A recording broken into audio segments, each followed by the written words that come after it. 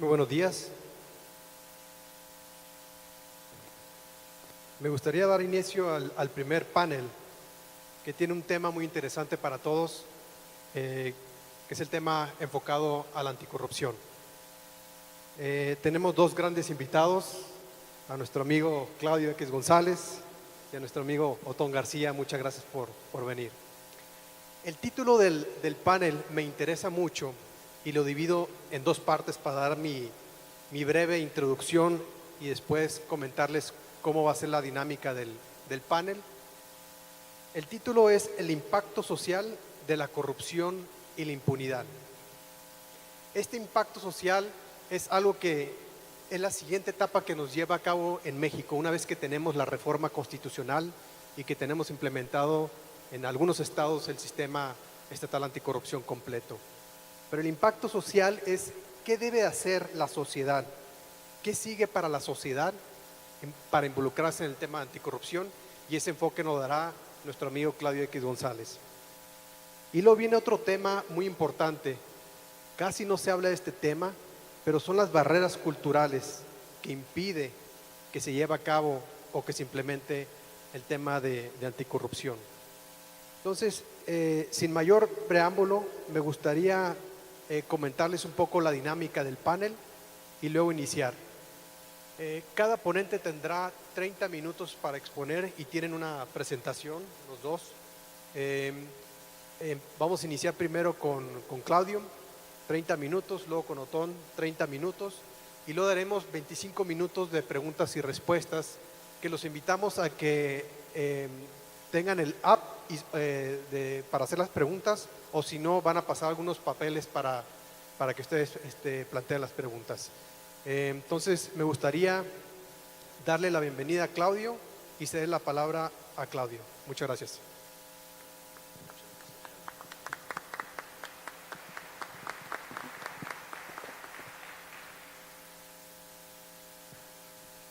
Muy buenos días tengan todos ustedes. Me da muchísimo gusto estar en el más importante de los eventos a nivel anual de Coparmex, un grupo con el que yo particularmente, no siendo miembro formal, me siento muy hermanado, muy partícipe. Hemos tenido muchas batallas juntos ya de años para acá, y esto se ha intensificado durante la presidencia de mi querido amigo Gustavo de Hoyos, a quien veo propiamente todas las semanas para urdir qué más podemos hacer por nuestro México, para ayudar a nuestro México, para transformar a nuestro México. De manera que mi más amplio reconocimiento a su presidente y a la labor que todos ustedes están realizando. Mi agradecimiento a quienes lograron la organización de este gran evento, a Francisco López como director general nacional y a Darío Malpica como quien encabeza los esfuerzos de ustedes aquí en el estado de Querétaro. También mi agradecimiento, y a todos sus equipos de trabajo, porque sé lo difícil que es lograr un evento de esta significancia, de este tamaño. Le quiero agradecer a Coparmex y a todos sus integrantes lo que hacen por México y lo que están dispuestos a hacer por México. Aquí inicia la preparación, como ya nos dijo Gustavo en su mensaje inicial, que ustedes van a tener para estar a tiempo para una cita fundamental en la historia de nuestro país, que es el año 2018. Y el que ya estén trabajando en las propuestas, en las exigencias, me parece de la más alta relevancia. También, antes de empezar mi presentación, les quiero agradecer profundamente el acompañamiento que nos han dado en materia educativa y en materia de combate a la corrupción. Se los digo con el corazón en la mano, no hay un mejor socio, no hay un mejor aliado para las grandes causas como la educación de calidad y el combate a la corrupción que Coparmex a nivel nacional y a nivel regional y estatal. Así que empiezo por agradecer a quien merece un gran agradecimiento de mi parte. Bien, pues me voy rápidamente sobre mi presentación porque nos dieron un tiempo limitado. Me da mucho gusto estar con Alejandro y con Otón en este panel. Inicio con una anécdota de Martin Luther King, todos lo ubican. Él se asoma por allá de principios de los 60 a Birmingham, en Alabama, y lo apresan rápidamente con cualquier excusa. Y ya estando en prisión, los prelados de la localidad le mandan un mensaje, una carta, pidiéndole las razones. ¿Por qué viniste a Birmingham, Martin Luther King? ¿Por qué no te quedaste en Georgia? Martin Luther King escribe una carta de respuesta maravillosa, porque el carcelero le pasa un periódico y un pedacito de lápiz, y en los márgenes del periódico escribe una carta que merece atención de todos nosotros que queremos cambiar a México. Se llama Letter from Birmingham Jail y es un himno al activismo social y a la justicia. Y en una sola frase, Martin Luther King le responde a los prelados y en mi opinión los noquea, porque les dice: I am in Birmingham because injustice is in Birmingham. Y con eso me bastan y me sobran razones para estar aquí. Yo quiero parafrasear a Martin Luther King, y ya hizo referencia a esto Gustavo hace un momento, que con todo lo maravilloso que es México y Querétaro en particular, este lado pujante, moderno, que nos muestra el camino en nuestro país, se puede decir hoy en el año 2017, injustice is in Mexico. Injustice is in Mexico. Y lo tenemos que corregir. Y no es mi opinión, queridos amigos, son los datos. Aquí se hizo referencia también al coeficiente de Gini, que determina cuánto tiene tu 10% más rico, el segundo decil, y de ahí hasta el último decil. Y lo que nos dice ese coeficiente de Gini es que Latinoamérica no es la zona más pobre del planeta, esa le corresponde a África, pero es la zona más inequitativa del globo terráqueo, en donde están peor distribuidas las oportunidades y los resultantes socioeconómicos. Hay un mundo de maneras de entrarle a cómo equilibrar más a nuestro país, cómo generar mayor desarrollo y justicia, pero creo que hay dos temas que quizá merecen especial atención y que sé que están en la mente y en el corazón de Coparmex. Educación de calidad, que también nuestro muy distinguido visitante de Colombia, Sergio Fajardo, a quien van a escuchar a mediodía, ha impulsado fuertemente en su país. Y segundo, tener un país de leyes, un verdadero Estado de Derecho. Son condiciones ambas necesarias para el desarrollo y la justicia. Y en los dos traemos problemas muy importantes que tenemos que corregir. No me meto al tema educativo, ustedes me han dado oportunidad en otras asambleas anuales de platicar del estado de la educación en México. Hoy nos concentramos en el tema de la corrupción, la impunidad y el Estado de Derecho. Les quiero comentar que una encuesta reciente de Transparencia Internacional sobre percepción de la corrupción a 167 naciones nos ubica en el lugar 123 en la tabla. Eso hace que perdamos competitividad internacional, porque se requiere de orden, se requiere de seguridades básicas, personales y jurídicas para que haya más inversión en México. Apenas hace 2 días me reuní con el embajador suizo en México y me dice: no sabes cuánta inversión podría venir adicional a la que ya viene a México si tuviéramos condiciones de certeza personal y jurídica. Se puede decir que es generalizada la corrupción. Vamos avanzando en Querétaro y en el resto del país en dar pasos para combatirla, pero también un estudio reciente dice que el 73% de los queretanos opinan que aquí hay consecuencias graves o muy graves de la corrupción. Y entre las 32 entidades del país es la respuesta más baja. Eso quiere decir que tenemos estados que están mal y estados que están peor, pero no tenemos estados que están bien. Se nos corrió por todo el territorio nacional y en todo el territorio nacional la tenemos que combatir. El costo económico es difícil aproximarlo, pero María Amparo Casar, presidenta ejecutiva de nuestra organización, lo calcula en 5% del Producto Interno Bruto, 900,000 millones de pesos. Todo lo que invertimos en educación pública y privada en el país en un año. Y esto se repite año con año con año. Altísimo el costo. El costo social también es muy importante.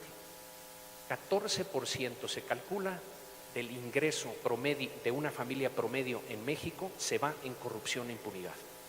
Y uno diría, no, yo sí he pagado una mordida o he cedido ante una extorsión, pero 14% de mi ingreso, es que se esconde la corrupción. Porque si en el estado vecino de Guanajuato, en licencias, permisos, extorsiones, mordidas, se encarece producir un automóvil en 15%, en el momento en que nosotros llegamos a la distribuidora de automóviles, ahí la vamos a pagar nosotros. Y no la estamos viendo. Para las familias más pauperizadas de México se calcula en más del 30% de su ingreso se va en corrupción. En un país desigual resulta ser un impuesto regresivo. Y esas personas, yo pregunto, ¿ante quién acuden para recibir justicia? ¿Ante la policía? ¿Ante el Ministerio Público? ¿Ante el gobernador? No, se quedan con su disminución patrimonial y con su coraje.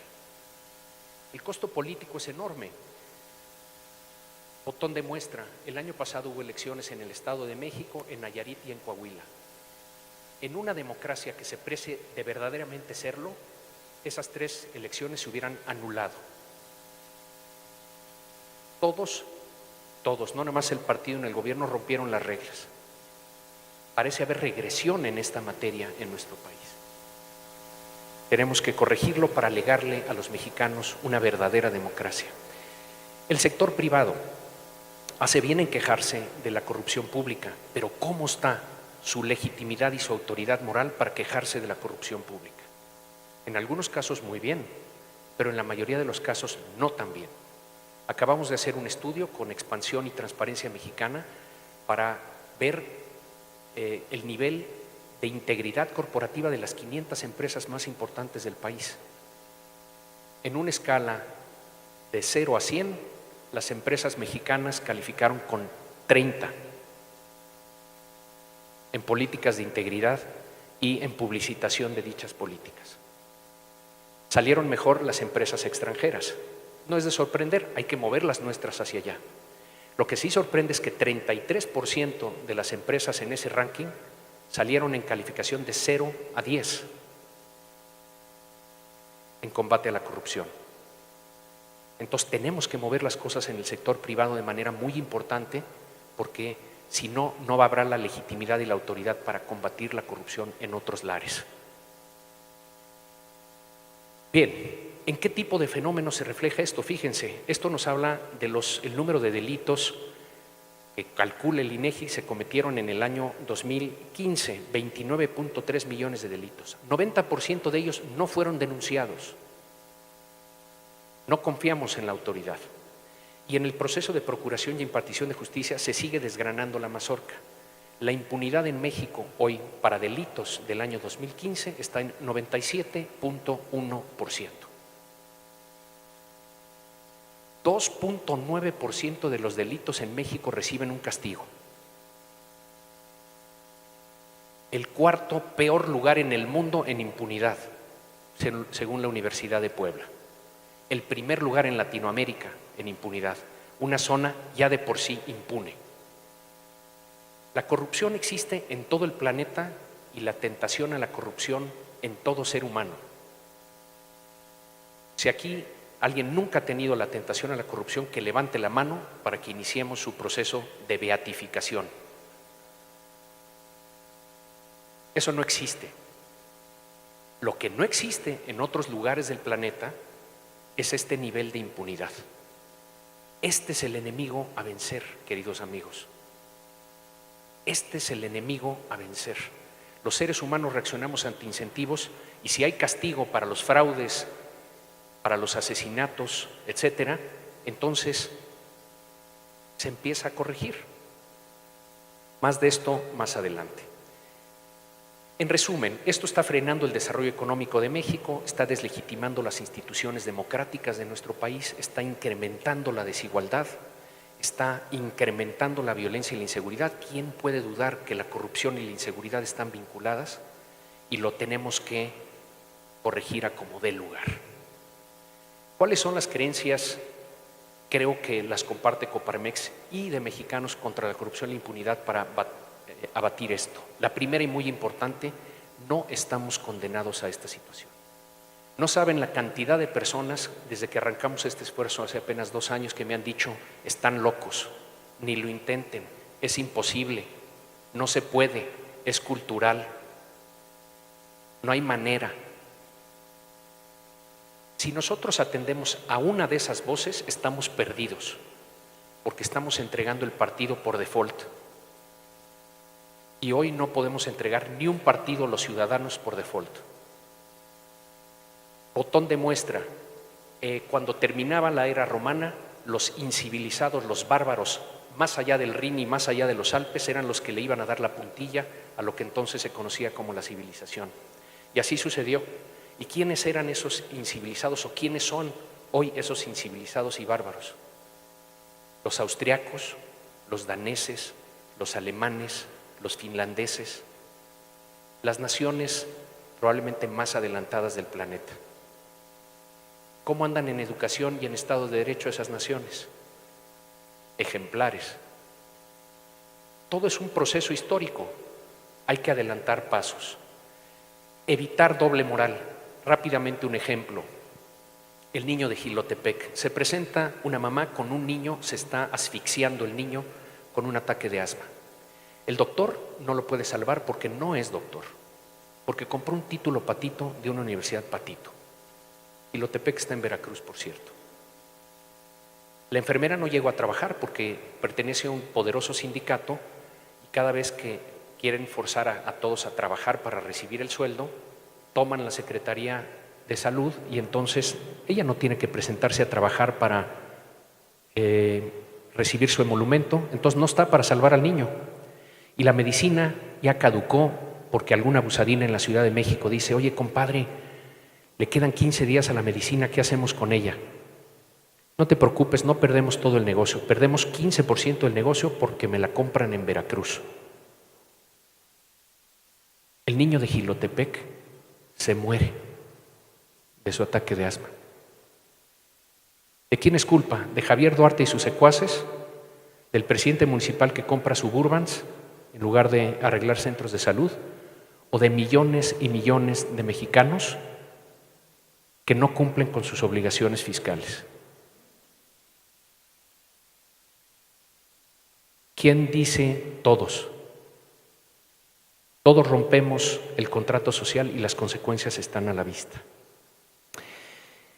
Necesitamos buenos policías, buenos investigadores, buenos jueces, buenos funcionarios públicos, a no dudarlo. Yo creo en un gobierno chico, pero muy eficaz y fuerte. No arbitrario, pero fuerte, que sea autoridad. Pero hay que traerle la rienda corta a ese gobierno.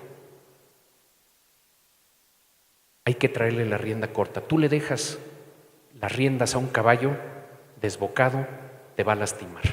O va a hacer lo que se le antoje. Es lo que han hecho nuestros gobiernos. Entonces el elemento activo es la ciudadanía.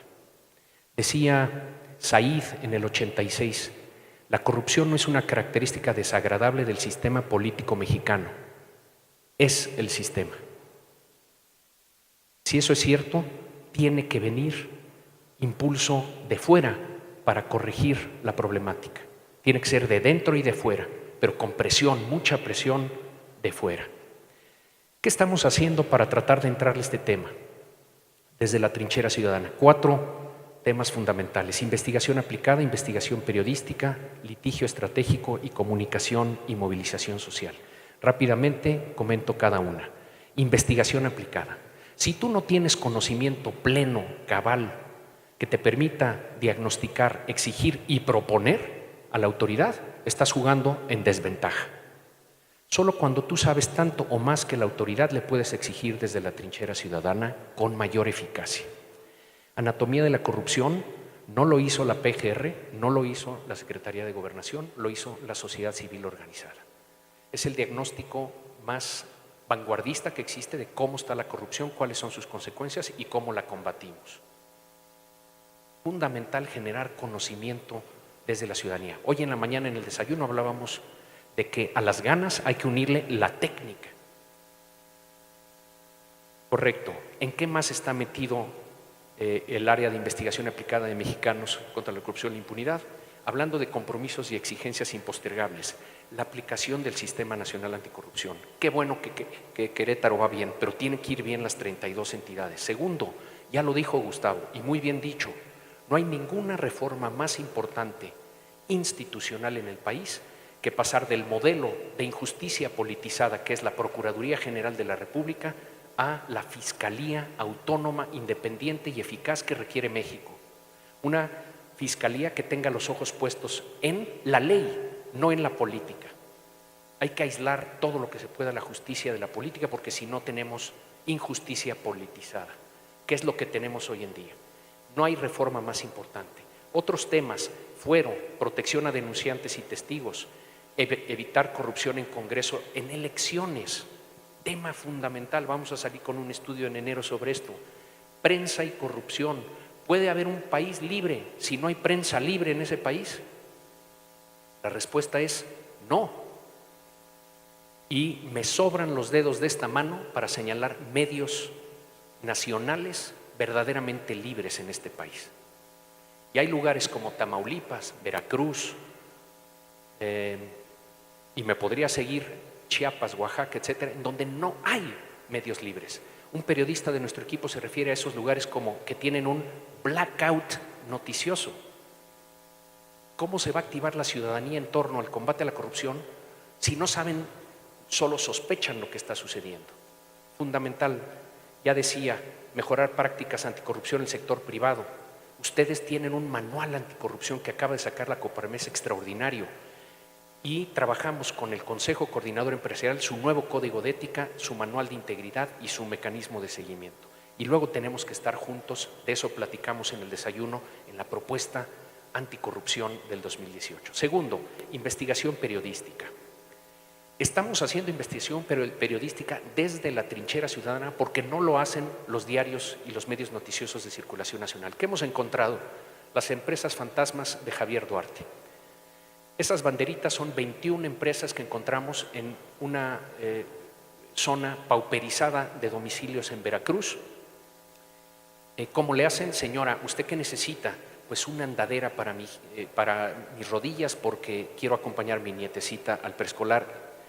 No se preocupe, señora, denos estos documentos, se los dan, le traen la andadera, contra una firma se le entregan. La vuelven socia de una empresa como esta, Pefraco SADCB. Esta empresa le vendió 121 millones de pesos a la Secretaría de Educación, a la Secretaría de Salud y a Protección Civil de Veracruz. Es lavadero de dinero. Esto es un lavadero de dinero. Esta otra, 60 millones de pesos. Grupo Balcano. Bueno, como esas 21, 740 millones de pesos de desfalco. Lo publicamos en mayo, se volvió un escándalo, el SAT se metió, presentó denuncias, Duarte tuvo que pedir licencia, ¿no? Entre otros por este escándalo. Se perdió la elección, ¿no? Entonces se le empezó a complicar. El pecado capital de un político en México no es robar, es perder una elección. La PGR emite orden de aprehensión contra Duarte, se fuga. ¿Ustedes creen que querían actuar en contra de Duarte? No, pero no les quedó de otra. Hay que generar condiciones. Lo expulsó el primo y a tiempo. Detectamos otras 45 empresas, 1.261 millones de pesos de desfalco. En fin, se sigue haciendo la bolita grande. Ustedes saben que se le detuvo en Guatemala, se le extraditó a México y se le está procesando. Imperfecto, pero un avance. Otro tema que descubrimos con Expansión y CNN, los litigios laborales de Roberto Borges, exgobernador de Quintana Roo.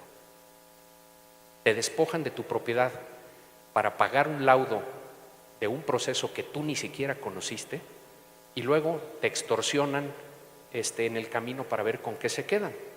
Lo denunció un empresario de la Ciudad de México, se volvió un tema grandísimo y como ustedes saben, ya está detenido Roberto Borges en Panamá, no nada más por esto, hay otras cosas, pero está aguardando extradición y espero sea procesado próximamente.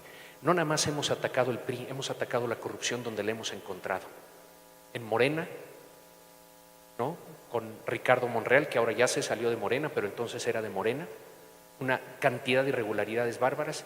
En el PAN, Juntos Podemos, Josefina Vázquez Mota, 1,000 millones de pesos para trabajar por nuestros o nacionales en Estados Unidos no pudieron rendir cuentas, no han podido rendir cuentas. Acaba de salir un informe de la Auditoría Superior de la Federación que presume que hubo daño al erario. Lastimoso.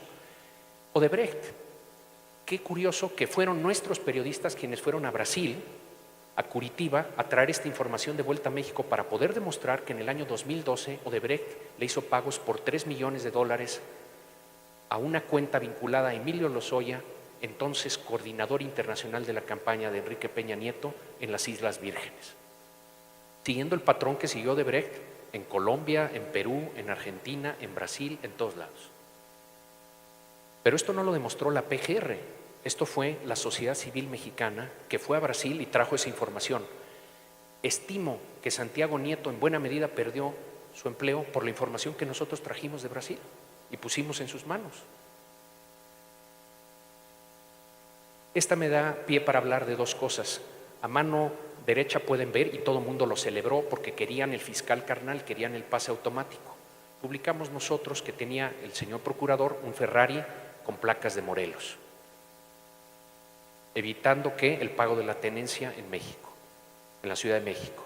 Eso ayudó a descarrilar esa iniciativa nociva, todo el mundo nos aplaudió. Pero fíjense, una semana antes habíamos publicado que la Hacienda del Distrito Federal pierde entre 2,000 y 3,000 millones de pesos anualmente porque la élite de la Ciudad de México, quienes tienen Audis y BMWs y Mercedes y Suburbans, tienen igualmente emplacados sus coches en Morelos y están eludiendo al fisco. Entonces, ¿cómo lo vemos mal en la política, pero nosotros lo operamos en nuestra vida privada? Del mismo modo hemos sacado una bola de otras investigaciones. Litigio estratégico. Esto no está suficientemente activado en México, pero hay que activarlo. Les platico dos casos rápidamente. El rey de los medidores, Yusa. El señor Peralta o la familia Peralta lleva décadas siendo monopolista de los medidores eléctricos en nuestro país, con la connivencia de la Comisión Federal de Electricidad. De repente empezamos a ver que una empresa que se llama Conimed le empieza a competir a Yusa, le empieza a ganar 10, 15, 20% de las licitaciones que vamos a investigar a Conimed. Bueno, Conimed tiene el mismo domicilio legal y los mismos representantes legales que Yusa. Ok, ahí está, simulan ante CFE y ganan contratos. El lunes, el martes denuncian a Yusa. Nuestro equipo de juristas presenta una denuncia ante la Comisión Federal de Competencia por prácticas monopólicas absolutas. 2 meses y medio después, hace 15 días, CFE, después de ver todos los datos y pruebas que nosotros les aportamos, admitió ya formalmente investigar a fondo a Yusa. La segunda, la estafa maestra. 11 dependencias del gobierno federal que pasan o convienen pasarle recursos a universidades autónomas porque las universidades autónomas no tienen que rendir cuentas, no tienen el mismo régimen de transparencia que las dependencias. Pasemos el dinero allá porque allá hay oscuridad, y de ahí que contratan empresas fantasmas como las de Javier Duarte. Revisamos 3.5% de los contratos que se firmaron entre dependencias y universidades autónomas en 2 años, 3.5%, y encontramos un desfalco de 7,000 millones de pesos, de los cuales las universidades, como comisionistas coyotes, se llevaron 1,000 millones de pesos. Los otros 6,000 millones de pesos a elecciones o aquí o allá. Bueno, estamos litigando en Puebla, Nayarit, Baja California, Morelos, Banobras, Auditoría Superior de la Federación, Capufe. Se me acercó una persona para decirme, quiero platicar de Capufe. Tenemos un litigio en su contra. Pemex o HL, como verán, nos agarramos todas las fáciles. En fin, traemos 15 a 17 litigios. Me voy a prisa porque se me acaba el tiempo. Comunicación y movilización social. Las redes tienen cosas positivas, tienen cosas negativas. Aquí tienen más positivas que negativas. Facebook, Twitter, Instagram, las redes no son controlables, como sí son controlables los medios noticiosos de nuestro país, y por lo tanto nos ayudan a combatir la corrupción. Tenemos que generar muchas alianzas y estamos en eso. Vamos por más, es una creación de Coparmex, de INCO, de Transparencia Mexicana, de México Evalúa y de Mexicanos contra la Corrupción y la Impunidad. Ya sumamos más de 80 organizaciones para dar la pelea por la corrupción y la impunidad. Ahí están algunos de los socios, muy destacadamente, por supuesto, Coparmex, que no nada más es un integrante, es un integrante nuclear de este tema, y ya lo hicimos crecer, nos sumamos con Fiscalía, que sí, vamos en 299. Tenemos que ser muchos para combatir esto. Ahí está nuestro consejo consultivo, como pueden ver, está Gustavo muy prominente en nuestro consejo consultivo. Muchas horas México entre estas personas, queridos amigos. Horas México, horas que no se ponen a favor del beneficio personal, de la ganancia personal, sino a favor de la comunidad, a favor de México. Los que estamos en este salón estamos llamados a meter muchas horas México. Termino con 3 reflexiones básicas y voy a pedir la anuencia del salón de que me den 2 minutos adicionales a los que me quedan. Sobre evitar la negación como una condición necesaria, el riesgo de hacer lo que estamos haciendo y tercero, los tiempos y los valores para hacerlo. Evitar la negación. James Baldwin, muy amigo de Martin Luther King, un hombre muy valioso. No todo lo que se enfrenta se puede cambiar, pero nada que no enfrentemos podemos aspirar a cambiarlo. Tenemos que lograr entre todos nosotros que ya le llegue la hora a la corrupción en México. El día que verdaderamente todos nos unamos para hacerle frente a esto, no les va a quedar otra más que empezar a corregirlo, y yo creo que estamos en los albores de esa era. Pero ya no más, es imposible, no se puede, ni lo intentes, es cultural y todo lo demás. Hay que entrarle al toro por los cuernos. Si no, esto no jala. Segunda reflexión, los riesgos de hacer esto. ¿Tiene riesgos hacer esto? Claro que tiene riesgos. Claro que tiene riesgos. Pero el riesgo mayor hoy en día, queridos amigos, es no arriesgar para cambiar. Es no arriesgar para cambiar. Ese es el peor de los riesgos. Segunda reflexión sobre el riesgo. Si unos pocos arriesgan, arriesgan mucho y avanzan poco. Si muchos arriesgan, arriesgan poco y avanzan mucho. ¿Cómo cuál les gusta que sea mejor?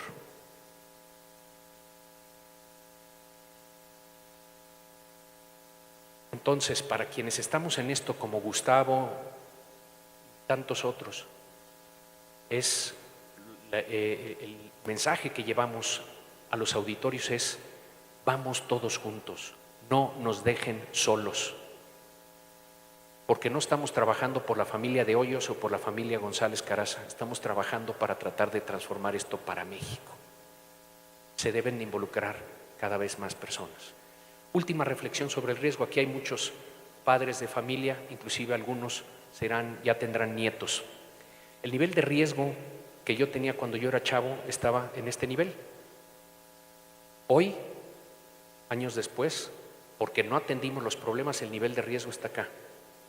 Nosotros decidimos, queridos amigos, si arriesgamos hoy, abatimos el riesgo para nuestros hijos. Si hoy no arriesgamos, les pasamos a ellos y les heredamos riesgo. Todos ustedes dicen quién lo asume, ustedes o sus hijos o sus nietos, pero alguien lo tiene que asumir. Yo digo que hay que asumirlo hoy. Última reflexión, los tiempos y los valores para hacer esto. La tortuga dorada con jinete estuvo temporalmente en Florencia en una exposición en la Plaza de la Signoría. Se llama En búsqueda de la utopía. Yo creo que hay muchas gentes aquí que han decidido vivir una vida con causa, una vida que tenga un ideal, un sueño, algo más importante que uno mismo. ¿Por qué pelear? Si no, realmente no estarían aquí, ni hubieran asumido estos liderazgos y estos compromisos que han asumido. Bueno, para alguien que decide vivir una vida de ese tipo, la tortuga puede ser un buen símbolo y un buen vehículo, porque cualquier causa que verdaderamente lo es difícil y se lleva tiempo.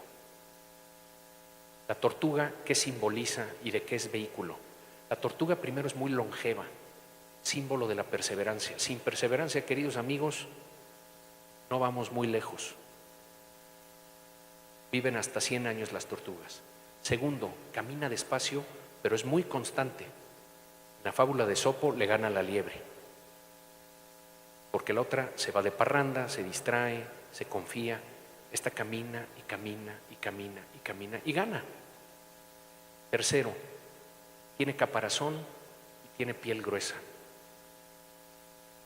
Yo sigo a Sergio en Twitter, lo están atacando, a Gustavo también. ¿Por qué? Porque son figuras públicas. ¿Por qué? Porque quieren cambiar las cosas. Ellos ya llegaron a un nivel de resistencia. ¿Y qué pasa? Cuando tú afectas intereses creados, esos intereses creados intentan afectarte a ti y eliminarte como un factor de cambio. Si tú no llegas a ese nivel de resistencia e inclusive de empuje de regreso, tienes una muy clara señal de que no estás haciendo lo suficiente para cambiar las cosas. Yo sé que Gustavo y que Sergio y que Coparmex sí han llegado ahí, inclusive en el sector privado. El sector privado también los empuja de retache porque se siente incómodo con que ustedes vayan muy lejos, porque los desnuda a los demás.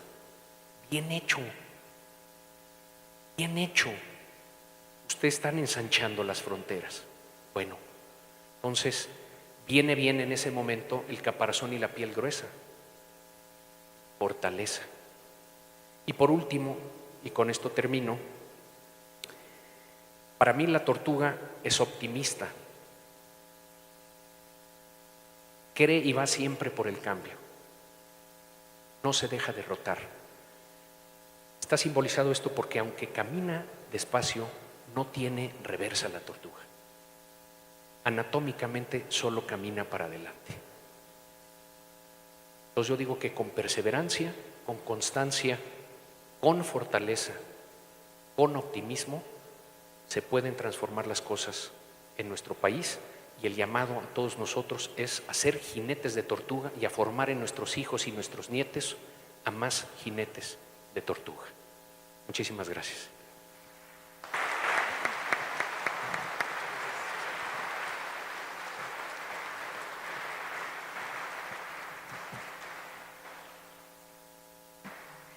Muchas gracias, estimado Claudio.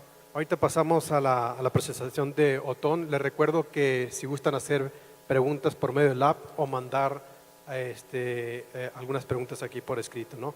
Deseo la palabra a Otón. Muchas gracias.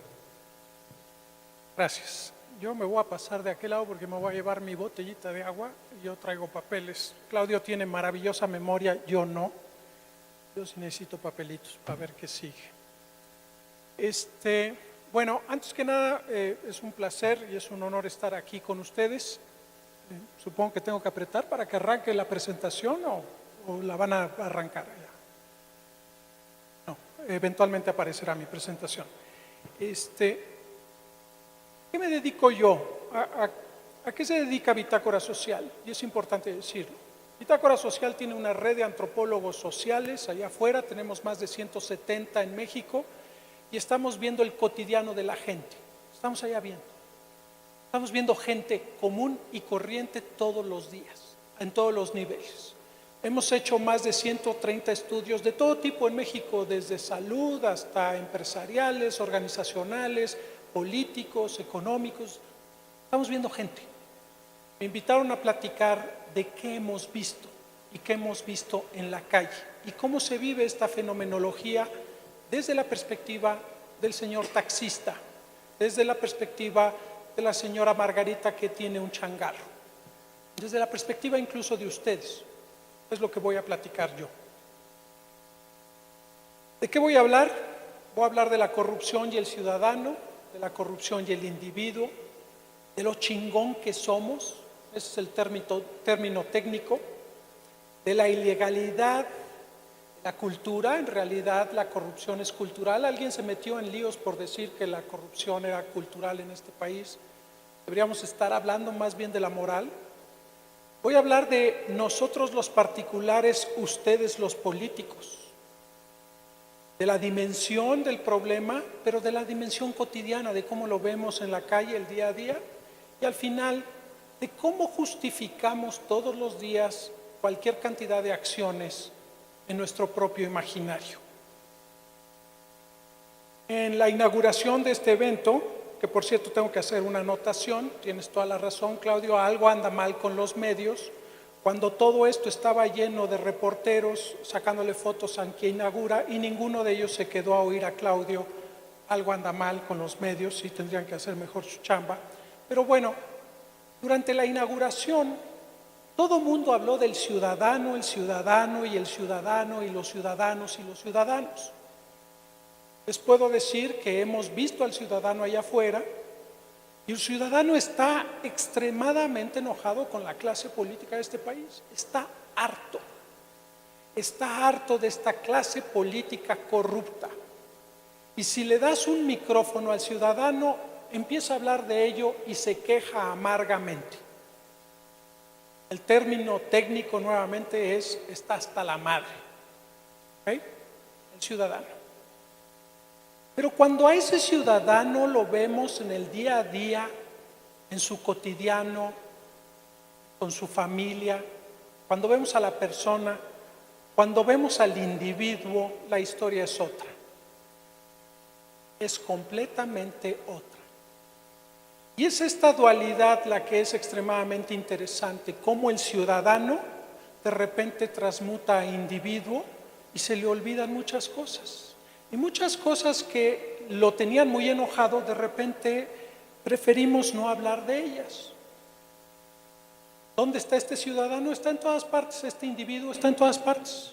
Hay un número, el único dato duro que yo traigo en mi presentación, porque yo hago cuestiones cualitativas, no vemos datos, pero este dato me pareció fascinante y creo que complementa muy bien el estudio de toda la fenomenología, que es extremadamente compleja. Y es este número, 36%. Número fascinante, desde el día que lo vi me pareció fascinante. Ahí está sentada mi esposa, no me deja mentir, me la pasé hablando de ese número ese día y por eso está aquí. 36%. 36% de los que corrieron el maratón de la Ciudad de México hicieron trampa. ¿Eran 36% de diputados? ¿Eran 36% de clones de Roberto Madrazo? No, era tu primo, era tu hermano, era tu papá, era tu hijo, e hicieron trampa en un maratón. Un maratón. Hicieron trampa. ¿Ok? Ese es el individuo. Pero cuando tú le vas y le preguntas a ese que hizo trampa por cualquier razón, para sacarse su selfie con su medalla o para poder calificar e ir a correr a Boston porque está fregón ir a Boston, por cualquier razón que sea, cuando te metes y hablas con ese ciudadano, está hasta la madre de la corrupción y pinches políticos todos. Pero hizo trampa. ¿Ok? Una de las diferencias del ciudadano con el individuo es que el ciudadano se percibe a sí mismo como uno. Y cuando hablas del individuo, siempre se percibe como parte de una familia. Y entonces justifica muchas de sus acciones por el valor de lo familiar. ¿Okay? Y esto es importante. No puede separar al individuo y a la persona de su familia. Y como vamos a ver, muchas de las justificaciones que hace de su día a día y de su actuar, las justifica a través de la familia. Y lo que no tenía otra opción era lo que necesitaba la familia. El mejor caso donde podemos ver esta transmutación maravillosa de cómo un ciudadano pasa a ser individuo y cómo un funcionario público pasa a ser un individuo también, es cuando te para la policía. Es maravilloso, es bellísimo. Podemos ver que el policía para incluso tiene una justificación real para parar a esta persona, y podemos ver que cuando el ciudadano que está ofendido de por qué lo paró el funcionario público, mientras están en esa esfera, se hablan incluso de usted. Óigame, pero no, yo no sabía, discúlpeme, joven, todo. Llega un momento en que se dan cuenta que esto no va a seguir avanzando, y yo traigo prisa porque tengo que ir al foro de la Coparmex. Y entonces, ¿qué hago? Como ciudadano no voy a ser corrupto, y yo como funcionario público, policía, tampoco. Y entonces, convenientemente, después de muchos años de práctica, de repente, pues, ¿cómo le hacemos? Pues, ayúdame, compadre, ¿qué pasó? Y nos empezamos a tutear. Y no estoy haciendo otra cosa más que mandando la señal de: si tú quieres dejar de ser funcionario público un rato, yo puedo dejar de ser ciudadano también un rato, y entre individuos nos arreglamos. Lo hacemos todos los días, sucede todos los días. Atención, simbólicamente en el imaginario no fue un policía y un ciudadano, fueron dos personas que se entendieron. Yo entendí que tú tenías prisa, joven, y yo también entendí que a ti te pagan muy mal, y por eso te invité una pizza. ¿Okay? Y convenientemente transmutamos y continuamos. Y esto se da, y lo hemos visto con un policía y un coche, pero también lo hemos visto en cosas grandotas. En una gran empresota que no tenía los permisos y llegó el señor inspector, y de repente puedes hablar con este gran empresario que tuvo que dar un dinero para que continuara su obra, pero ves cómo verbaliza su interacción y su relación con ese inspector, y ya es como su cuate, ya fueron a comer un día, ya se arreglaron. Y nuevamente en este imaginario hicieron como este pacto de: si tú dejas de ser la autoridad, yo dejo de ser el ciudadano, y convenientemente nos podemos arreglar. Lo chingón que somos. Sí, el sistema está mal, el sistema está podrido, el sistema está corrupto, el sistema está en nuestra contra. Y entonces no nos queda más que estarnos adaptando para poder jugar dentro del sistema. El otro día me invitaron a una cena muy pituca, dirían los chilenos, en la biblioteca del Club de Industriales. No sé qué hacía yo ahí, pero me invitaron. Y platicando que alguien estaba en mi mesa, salió el tema de la corrupción. Obviamente es un tema del que hablamos todos.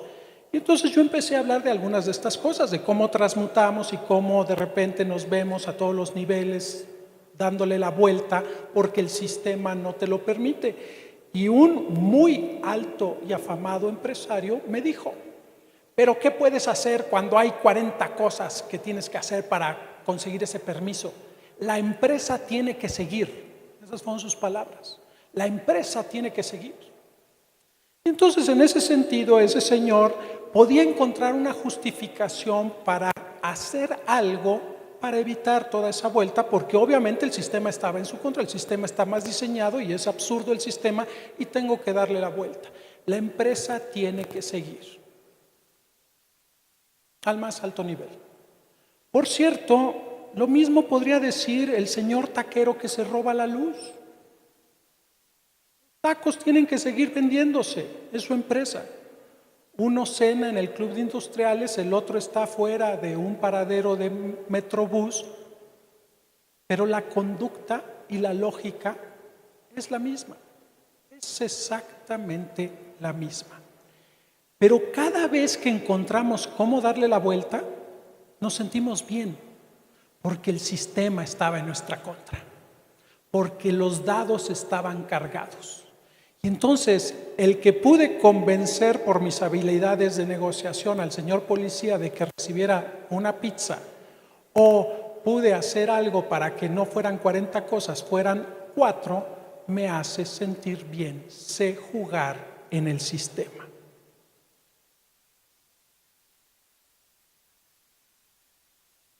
la ilegalidad, un tema por demás abstracto allá afuera en la calle, extremadamente abstracto. ¿Qué es ilegal y qué no? ¿Es ilegal o en realidad estoy jugando con el sistema porque no tengo opción, porque no tenía otra opción, porque era la menos mala de las opciones? Alguien, como ya mencioné, se metió en líos por decir que la corrupción es cultural. Si me preguntan a mí, no, no lo es. Y estuvo mal decir eso y utilizarlo como justificación. No, no es cultural la corrupción. Lo que sí es cultural en nuestro país es buscarle la forma para darle la vuelta a las cosas cuando éstas no están como nosotros las esperamos. Eso sí es cultural. Es buscarle la vuelta, es sacarle partido a algo que se ve perdido. Desgraciadamente, esa característica cultural nuestra de darle la vuelta muchas veces se refleja en actos de corrupción. Pero lo cultural es darle la vuelta y todo el día lo estamos haciendo. Y entonces es ilegal cuando el señor policía federal para al trailero para una revisión y sabemos que algo le va a encontrar, desde que aquella llanta ya está lisa hasta que este foco no tiene la dimensión correcta. Seguramente debe haber 60 cosas en las que puedes fallar si eres dueño de un tractocamión, ¿ok? Seguramente. Es ilegal entonces cuando el señor policía puede argumentar que está cuidándonos a todos en la carretera y por eso lo paró porque vio algo que no le gustó y que entonces el chofer ya sabe que aquí hay 500 pesos, ahí muere y continuamos. ¿Es ilegal? ¿Es ilegal para nosotros que no tenemos tractocamiones? ¿Lo es para el que tiene el tractocamión? A lo mejor no tenemos tractocamiones, pero hemos llevado a nuestros hijos a la escuela y nos estacionamos en tercera fila. ¿Es ilegal? No, pues es que traía prisa y salí tarde y de repente tú puedes hablar con cualquiera de esas señoras o señor y puede tener una lista de justificaciones de por qué estaba parada en tercera fila maravillosa. ¿Estamos hablando de ilegalidad o no viene al caso? Son otras cosas. Bueno, y cuando le tengo que pagar al franelero para que me deje estacionar, no debería él, porque aparte pues, no es dueño de la calle, pero no me da tiempo de llegar a otra parte y si no le doy me va a rayar el coche y entonces le doy. ¿Es ilegal? ¿No es ilegal? ¿Se vale? ¿No se vale? A veces solo son ilegales y solo son dignos de nuestra atención los problemas que expone Claudio, solo si de ese tamaño. Estos no, estos ya se normalizaron en nuestro día a día. Estos no son parte del problema. A veces pienso que gente como Claudio, y lo agradezco mucho y es alguien que respeto y admiro, nos muestra que en nuestra casa hay un muro de carga que está cuarteado y nos preocupa ver cuarteado el muro. No hemos hecho nada por las goteras hace años, No hemos hecho nada por las goteras, pero el muro está cuarteado. ¿Y las goteras? Nosotros los particulares. Otra cosa que hemos encontrado allá afuera es que cuando se habla de corrupción y de estas tremendas cosas como las que mostró Claudio, pareciera ser que sucede en un otro, los políticos. Nosotros los particulares, no, son los políticos, condición de aquellos.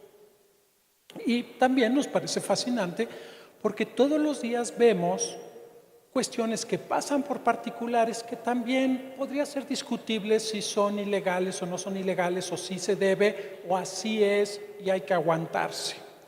Me pregunto si todas esas gasolineras que te ofrecen este ofertón de pague 1 litro y llévese 900 mililitros, todos los dueños de esas gasolineras son igual, son todos políticos, o no hay particulares que hacen este tipo de cosas.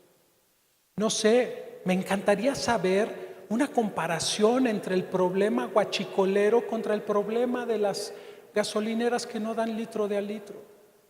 Me parece fascinante vivir en un país donde yo puedo bajar una app en mi teléfono que me indica en qué gasolineras no hay litros de al litro. Es fascinante. Es fascinante que ya esté tan abierto que hay hasta apps que te hablan al respecto. De a cómo es este guamazo, cuánto dinero nos están robando. ¿Son todos políticos los dueños de esas gasolineras? Pero es muy simpático cuando hablas con esos particulares.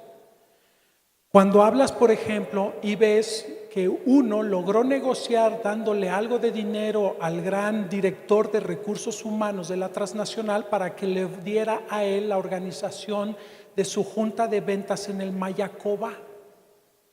Ese tráfico de influencias, al ser entre particulares, pareciera ser que no goza de los estigmas que tiene si hubiera sido un funcionario público. Es particulares, simplemente, güey, estudiamos juntos en la Ibero, cabrón, o sea, nos conocemos, ¿no? No era parte de, no se vale. Somos particulares, no le estamos haciendo daño a nadie. No hubo ningún, perdón, lo voy a decir, no hubo ningún niño que se murió porque yo te haya dado un moche para que me dieras a mí la cuenta. No se murió ningún niño. Entonces, ¿no pasa nada? ¿O es la misma conducta? Y deberías de asumir que entonces si pones a ese director de recursos humanos en un puesto público, haría las cosas que vemos que suceden en los puestos públicos. Y entonces la pregunta, y lo que vemos allá afuera, es que cuando tocas estos temas, cuesta mucho trabajo darle una dimensión de cuándo sí, cuándo no. Ahora sí, ¿qué tanto es tantito? ¿Cuándo realmente es parte del problema y cuándo, insisto, son cosas que simplemente son? Si le das 200 pesos al de la grúa para que se lleve tu coche, eso no importa. O sea, acabamos de ver los números de Claudio, por favor, 200 pesos, no mames, eso no es nada, ¿no?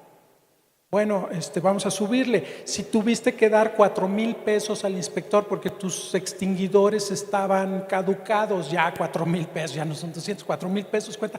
No, güey, ¿no viste los números? ¿No viste ahorita los números? Bueno, ok, más grande. Tuviste que dar 150,000, 250,000 pesos para que te liberaran un estúpido container de algo que necesitabas para tu empresa, etcétera. Aún así, ¿no viste los números que acaba de presentar Claudio? A veces pareciera ser que la lógica que vive en este imaginario de la dimensión de cuándo sí me debo de preocupar y cuándo no, es un poco como decir, porque existen robabancos, pues yo podría meterme al Oxxo a sacarme unas papas y una coca. Total, güey, son unas papas y es una coca. ¿Cómo comparas las papas y las cocas con todos los millones del robabancos? Es la misma conducta. Pónganle el nombre que quieran, pero así vive. Es exactamente la misma conducta. Finalmente, ¿cómo se justifica todo esto? ¿Cómo justificamos día a día nosotros los mexicanos todas estas acciones allá afuera? Se justifica porque, como ya dije, el sistema está mal y no tengo otra opción. Si no lo hago, no puedo avanzar.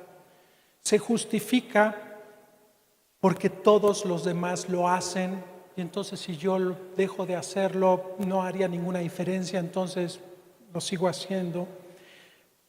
Pero al final del día se justifica porque imagínense que la familia García va en un coche, todos van a la comida de la abuelita que cumple 85 años. Y la familia García son los que les tocó llevar el pastel y la botana y se reúnen todos los García. Y en todo este relajo de que se hace tarde para la comida de la abuelita, se nos olvidó que el coche hoy no circula. Y el policía nos paró. Y si cumplimos, y no transmutamos a individuos, nos quedamos en el lado del ciudadano, ya no vamos a llegar a la comida. Y entonces lo que hacemos todos los días es sopesamos ese mal, porque atención, absolutamente todo mundo sabe que darle dinero al policía está mal. Lo sabe papá y lo sabe su hijo, lo sabemos. Pero en ese instante sopesamos el tamaño del mal por el tamaño del bien. En este caso el bien es no echarle a perder la comida de los 85 años a la abuelita. ¿Cómo que se va a quedar sin pastel? Entonces es pastel 200 pesos, pastel 200, no, pues es más importante llegar a la comida con el pastel. Imagínate, la pobre viejita se le va a derramar la bilis. Entonces damos los 200 pesos. Y cuando el bien es mayor al mal, se justifica. Del pastel de la abuelita hasta el señor empresario que tuvo que dar ese dinero al inspector, porque si no, imagínate, sus 300 trabajadores se quedan sin trabajar y necesitan ese ingreso. Todo el rango que tú quieras, pero siempre encontramos un bien que supera al mal. Y entonces decimos, se justifica. ¿Cuál es la solución? Yo veo dos. Uno, limpiar la casa. Si tú eres el que hizo trampa en el maratón, el que encuentra una justificación para dar esos 250 pesos porque traías mucha prisa, el que encontró una justificación para haberle dado ese dinero al inspector para que no te cerrara tu empresa, etc. Deja de señalar, limpia tu casa. Si no puedes tener tu casa limpia, no esperes que la calle esté limpia. Limpia tu casa. Luego veremos si la calle puede estar limpia. ¿Okay? Si conoces a alguien así, oblígalo a que limpie su casa. Si tienes un hermano, un hijo, tu papá hizo trampa en el maratón, enfréntalo. No dejes pasar esas cosas. Y la otra es algo que yo aprendí del dantesco sexenio de Felipe Calderón. Y dantesco, ahí se los dejo a su discriminación, si quieren infierno, purgatorio, paraíso, según como les haya ido a cada uno de ustedes.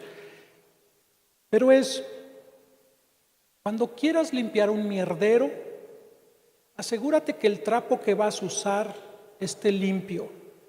Porque si el trapo con el que quieres limpiar un mierdero no está limpio, lo único que logras es un mierdero más grande. Y eso lo vivimos todavía hoy con la guerra contra el narco. El trapo que se quiso usar no estaba limpio.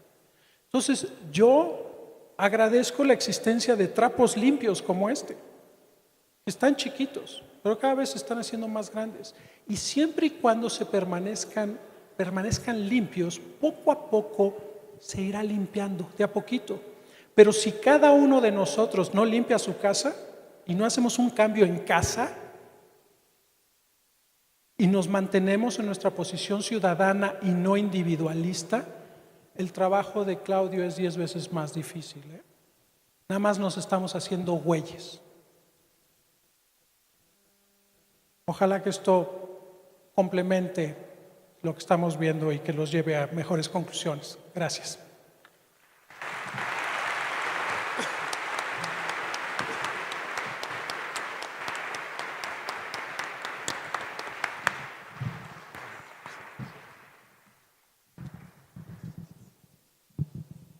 Muchas gracias, Otón. Antes de pasar a la parte de las preguntas y las respuestas, me gustaría hacer un reconocimiento a nuestro presidente Gustavo Doyos por su liderazgo en este tema. Gustavo, muchas felicidades.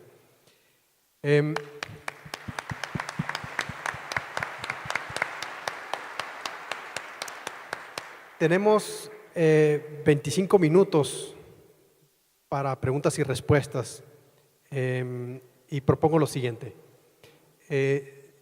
Son 7 minutos para Claudio, y lo que hice fue, en cierta forma, resumí 3 temas en particular que ahorita te los doy.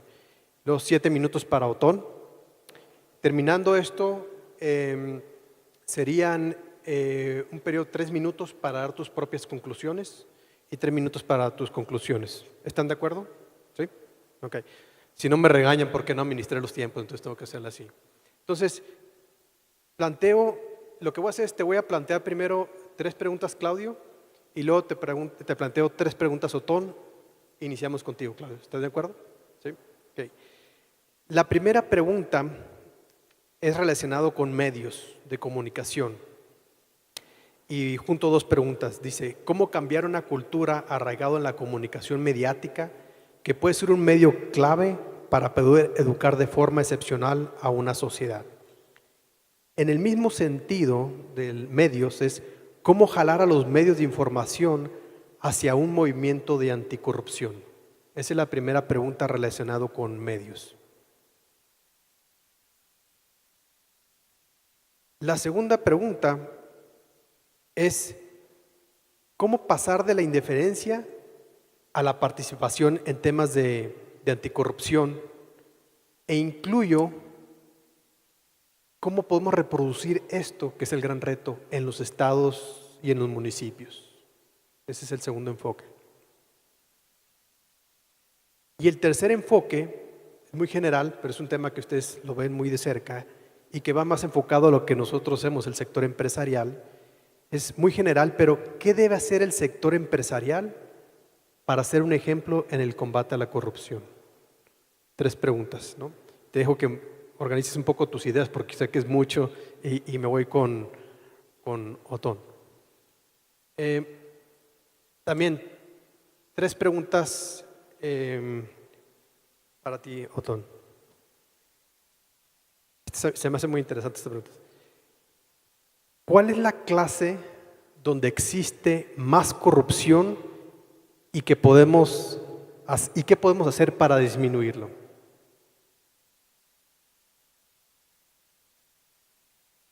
La segunda pregunta, que creo que es el futuro, es ¿cuál es el rol de los jóvenes para combatir la corrupción?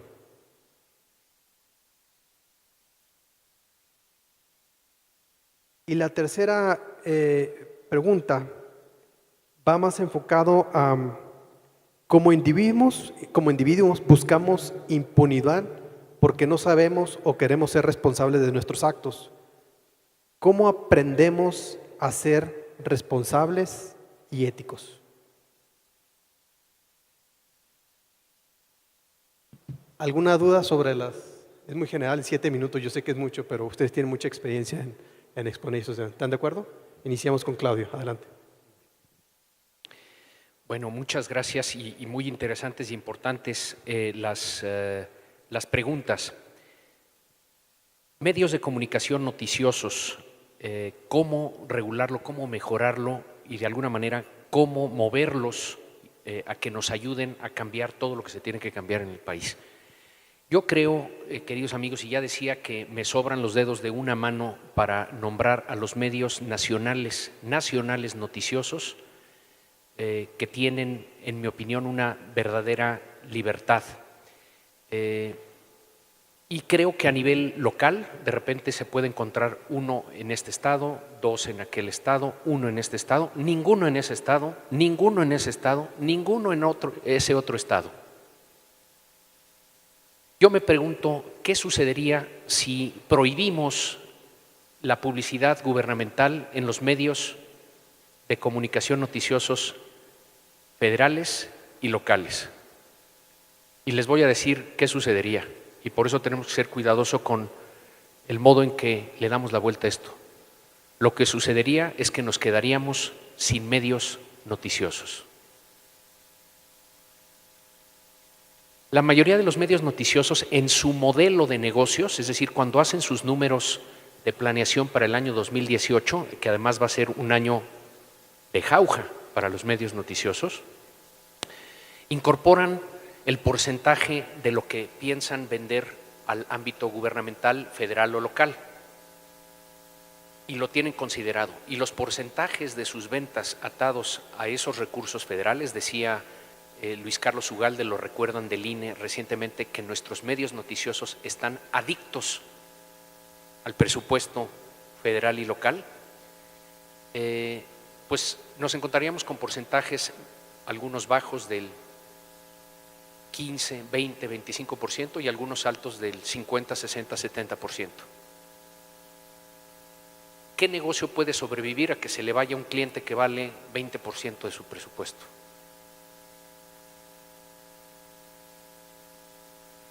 Difícilmente. Bueno, ahí está la realidad. No podemos cerrar todos esos medios, los tenemos que ir transformando. Yo creo que se tiene que dar una lógica de sí regulación de la cantidad que los gobiernos invierten en publicidad. Es un descaro gigantesco tener el nivel de pobreza que tenemos, el nivel de ignorancia que tenemos, el nivel de insalubridad que tenemos, el nivel de inseguridad que tenemos, y eso sí ver que los presupuestos destinados a medios de comunicación noticiosos crecen y crecen y crecen y crecen todos los años. Y además no sabemos cuánto se gastan ahí, porque se desvían muchos recursos de otros presupuestos que no son de comunicación social a comunicación social. ¿Cuánto? No sabemos. Pero son cantidades estratosféricas. El otro día desayuné con el gobernador de Chihuahua, me decía que en el último año de César Duarte en Chihuahua se invirtieron más de 1,000 millones de pesos, o tenía un presupuesto el gobernador de 1,000 millones de pesos para repartir entre diarios, entre estaciones de radio, etcétera, etcétera. 1,000 millones de pesos que le vendrían muy bien a los pobladores de la Cañada del Cobre. Imagínense lo que se podría hacer por esos pobladores con 1,000 millones de pesos. Y además me parece un gasto probablemente inútil, innecesario y hasta estúpido, porque esos medios de comunicación en Chihuahua ya están controlados. Son perritos dóciles, no le ladran al gobierno. Entonces me hace que el gobernador estaba sobrepagando. Entonces hay que reducir la cantidad que tiene el gobierno, hay que fiscalizar cómo se gasta esto y hay que ir luego empujando a los medios y descarando a los medios que se están vendiendo.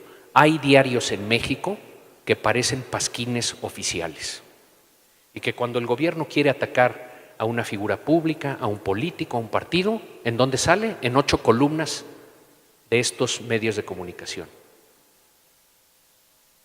Y nosotros lo hemos de alguna manera permitido. Yo estoy totalmente de acuerdo con el análisis de Otón y quizá no pongo suficiente énfasis en mi presentación y lo haré a raíz de haber escuchado a Otón, de esto de evitar la doble moral, ¿no?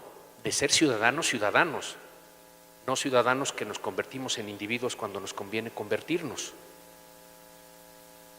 ¿Cuándo han visto ustedes a Obama o al mismísimo Trump en el New York Times enseñando el último puente que construyeron en no sé dónde? El New York Times tiene prohibido recibir ese dinero y el gobierno federal norteamericano prohibido invertirlo en eso. No podemos llegar a ese extremo, pero para allá tenemos que caminar. Entonces creo que es la combinación de regular cómo se gasta, de fiscalizar cómo se gasta. Hay fundaciones como Fundar, que es socia nuestra, que se dedican a ver estos presupuestos y cómo se gastan. Hay que descarar esto. A mí me encantaría, y lo vamos a acabar haciendo en Mexicanos contra la Corrupción, descarar la corrupción que existe en los medios de comunicación noticiosa. Y miren, que como habrán visto por lo que yo les presenté, parece que nosotros estamos empeñados en generar amigos por todos lados. Y aquí nos vamos a acabar de hacer el más impopular de la cuadra. Pero hay que hacerlo porque si no, no lo vamos a limpiar. Y como ya dije, si no limpiamos a los medios, no limpiamos y no tenemos libertad para el país suficiente. Segundo tema en relación a los medios, y ahorita me muevo a los otros 2 temas, que yo espero que la labor que nosotros estamos haciendo, dándole a 10 periodistas muy experimentados y fregones la posibilidad de trabajar en libertad, con tiempo y con condiciones laborales razonables y dignas, cosa que no sucede propiamente en ningún medio noticioso del país. La gran mayoría de los medios noticiosos de ese país abusan de ese esquema de outsourcing que deja a los trabajadores sin vivienda, sin seguridad social, sin ahorro para el retiro. Sus condiciones son muy frágiles, ¿no? Pero bueno, les hemos dado condiciones para trabajar. Los hallazgos que yo les mostré ahorita, entre otros, son hallazgos del mes de mayo del año pasado, ahorita. Uno se preguntaría, ¿por qué no dieron los medios noticiosos nacionales con esas cosas, teniendo cuerpos de investigadores muchísimo más grandes e importantes que el nuestro? No más fregones, el nuestro es muy fregón, pero mucho más grandes, mucho más dotados de recursos, etcétera. ¿Por qué no dieron con esos hallazgos? ¿Por qué no publican nuestras historias? ¿Por qué no las publican? Pues porque no se atreven, pero los estamos, ¿cuál es la palabra? Como estamos mostrando su hipocresía y su fragilidad.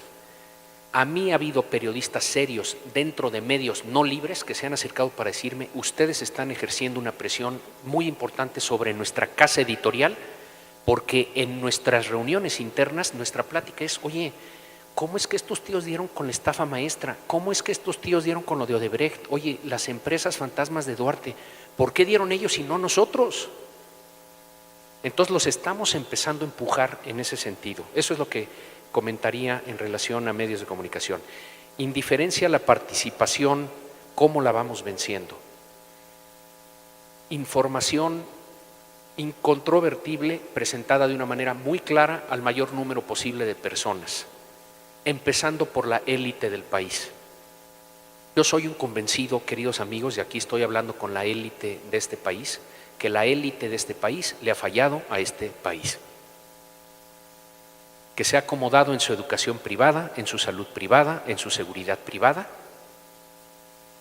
bardas cada vez más altas, más electrificadas, blindajes cada vez más gruesos, pero no estamos resolviendo la educación pública, la salud pública y la seguridad pública. Lo estamos resolviendo para los nuestros y criticamos que los políticos no lo resuelvan para los demás. Pero ¿quién tiene más voz?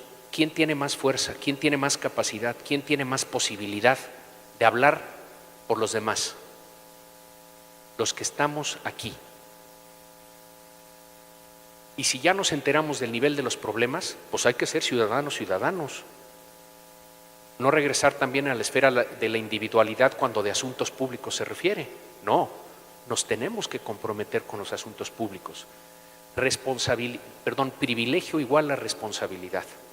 Y hay que, de aquí me voy al Tec Milenio a platicar con los chavos, hay que mover a los chavos, hay que trabajar con los chavos fuertemente, indignarlos, informarlos, indignarlos y movilizarlos. Y en eso el movimiento juvenil de Coparmex, bien, y hay que fortalecerlo, y hay que respaldarlo, y hay que estar con ellos en todo. Coparmex, lo que ustedes hacen es extraordinario. Ustedes no se dan cuenta, o quizás sí se dan cuenta, y qué bueno, pero déjenme concientizarlos. Ustedes son una fuerza transformadora extraordinaria para este país. Coparmex, más que ninguna otra cúpula empresarial de este país. Oye, y no por poquito, por muchito.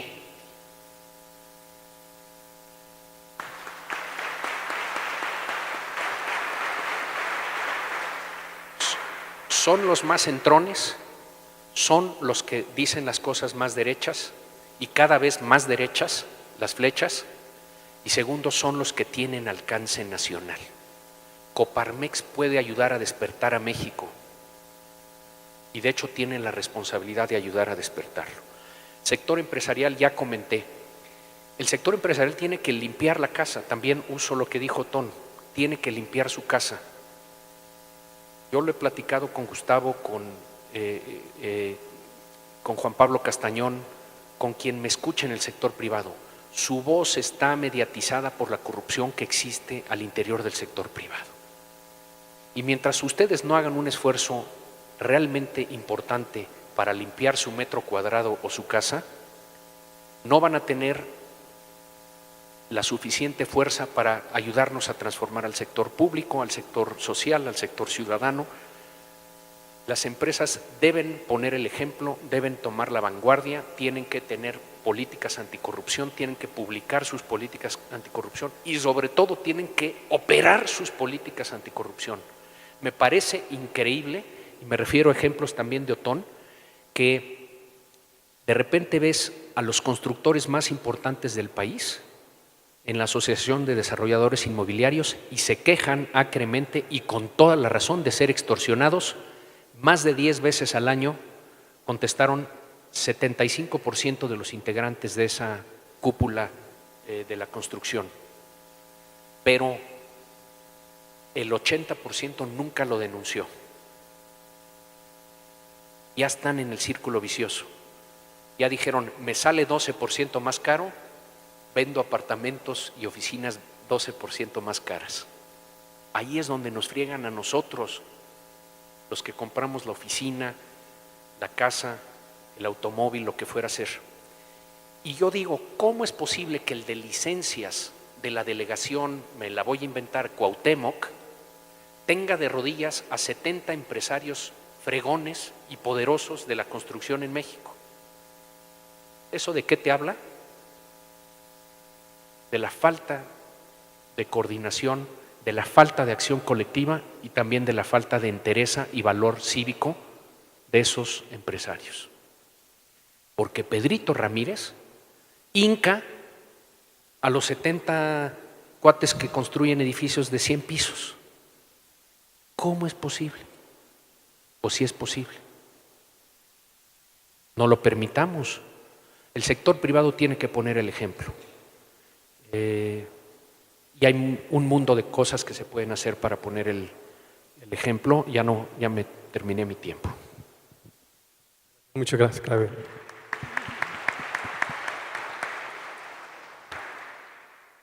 Otón, tenemos los 6 minutos. Concluyendo los 6 minutos, nada más si podemos dar un mensaje de 1 minuto y de 1 minuto al concluir tu participación. Gracias. Bueno, primera pregunta, ¿cuál es la clase más corrupta y qué hacer? Yo no me atrevería a decir que hay una clase más corrupta que otra. Lo que les puedo decir es que hay una clase que padece más la corrupción, y estoy de acuerdo con Claudio, y es la clase media baja y la clase baja. Tiene menos flexibilidad, tiene menos herramientas. Déjenme dar un ejemplo muy tonto. Si tú tienes un problema con un policía un día por cualquier cosa y llegas 15 minutos tarde a tu trabajo, lo más probable es que no pasa absolutamente nada. Pero hay muchos mexicanos que no tienen el lujo de poder llegar 15 minutos tarde a su trabajo. Les cuesta, les pega. Entonces tienen menos flexibilidad. Y al tener menos flexibilidad tienen menos opciones.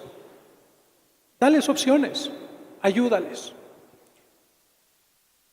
Jóvenes, ¿qué hacer para combatir? Les diría no reproducir prácticas y señalarlas. No importa que sea tu tío, tu hermano o tu papá. Señálalo, no lo reproduzcas. Y la otra, ten paciencia. Uno de los problemas de la juventud, problemas entre comillas de la juventud actual, es que todo lo quiere ya, todo es inmediato. No tienen paciencia, se desesperan rápidamente. Entonces es muy probable que le entren a un movimiento anticorrupción, pero si no ven resultados en 15 días, se van a mover a otra cosa. No va a pasar en 15 días. Tienes que tener paciencia y señala, no reproduzcas. Finalmente, ¿cómo aprendemos a ser más responsables y éticos? Hay una fotografía que utilizo en una de las pláticas que doy, es una de las fotografías más divertidas, entre comillas, que hemos obtenido en Bitácora Social, que es de un vagón de metro en la Ciudad de México, donde está lleno el vagón y vienen 2 jóvenes que están sentados y hay una muchacha parada. Y entonces yo menciono que si tú platicas con estos 2 jóvenes sobre los valores y la correcta educación, te dirán que dentro de esos valores que ellos creen y educan a sus hijos es cederle el asiento a las mujeres. Y sin embargo, en esta fotografía ellos están sentados y la mujer está parada. Pero cuando te fijas bien en la fotografía, ellos no están viendo a la mujer. Y vivimos en una sociedad donde mientras no cruces miradas, no tienes por qué aplicar el deber ser. Esto funciona en el metro y entonces mientras yo no vea a la mujer, me hago güey, no tengo por qué cederle el espacio. Si la veo y cruzo miradas con ella y no le cedo el asiento, entonces soy un maleducado. Pero lo mismo sucede cuando venimos en nuestro coche y alguien se quiere meter a nuestro carril en el tráfico. Si no cruzo miradas con quien se quiere meter, no tengo por qué cederle el lugar. Si cruzo miradas y no le cedo el lugar, entonces soy un gandalla. ¿Qué tenemos que hacer? Empezar a cruzar miradas. miradas de ciudadano, no dejar de ser ciudadanos y voltear a ver al otro como ciudadano. Y si ves que alguien está dejando de ser ciudadano, voltéalo a ver, cruza miradas, ejerce presión. Y créanme, te para la policía por gandalla porque quiere sacarte algo. Si tú no te mueves de ser ciudadano y le dices, pues señor, hágale como quiera, procedamos, y te mantienes firme, lo más seguro es que en el momento que se da cuenta el policía de que no estás dispuesto a ceder tu posición de ciudadano, lo más probable es que te diga, bueno, pues ya váyase, ¿no? O sea, no va a pasar nada, no dejes de ser ciudadano. Y cruza miradas con otros ciudadanos, obliguémonos a ser ciudadanos. Es todo lo que podría decir. Lo demás, si ya no lo hicieron sus padres, pues yo no tendría por qué hacerlo por ustedes. Muchas gracias.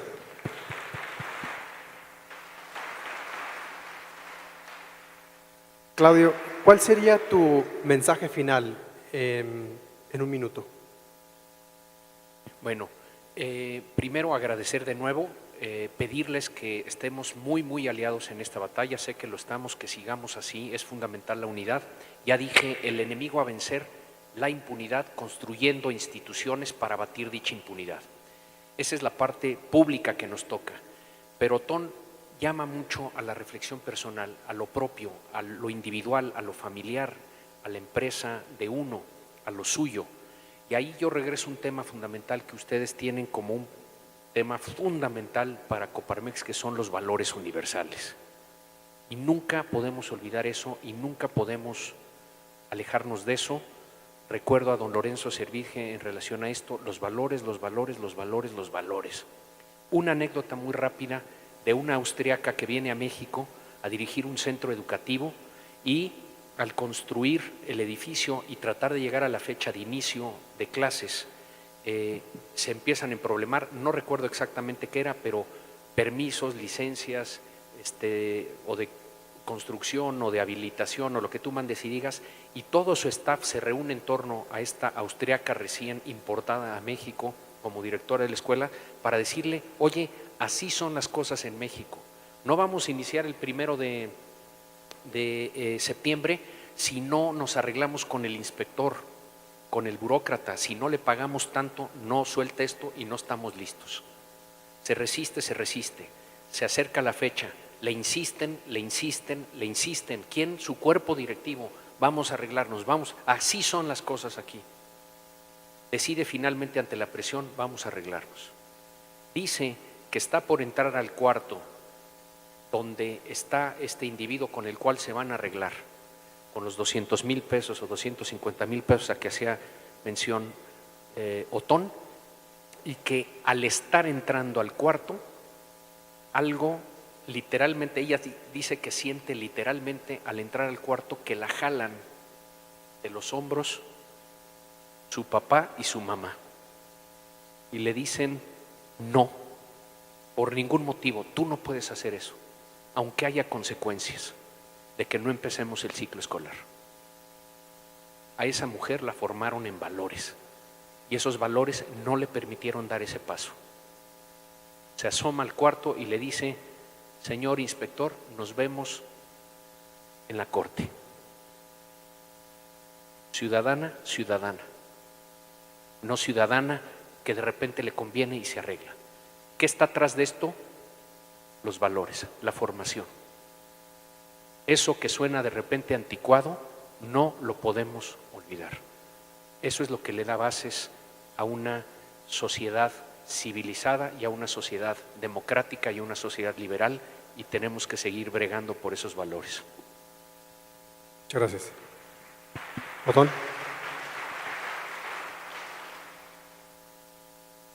Como puse al principio de mi presentación, creo que lo que tenemos que dejar es de ver abstractamente este problema como de ilegalidad cultural. Es un problema moral. Tenemos que limpiar nuestra casa, cada uno de nosotros, cada uno, nuestro pedacito. Limpiemos nuestra casa, seamos intolerantes a este tipo de prácticas. Y créanme, en el momento que cada uno, cada ciudadano mexicano tenga limpia su casa, no van a poder con nosotros. Limpiemos cada uno de nosotros nuestra casa. Borrón y hagamos una amnistía si ustedes quieren. pero no permitamos esto. Limpien su casa. Y cuando la tengan limpia, entonces sí, únanse a Claudio y salgan a gritar a la calle. Pero si no, limpia primero tu casa. Gracias. Perfecto. Con esto concluimos este panel. Agradecemos mucho a Claudio, a Otón. Muchas gracias.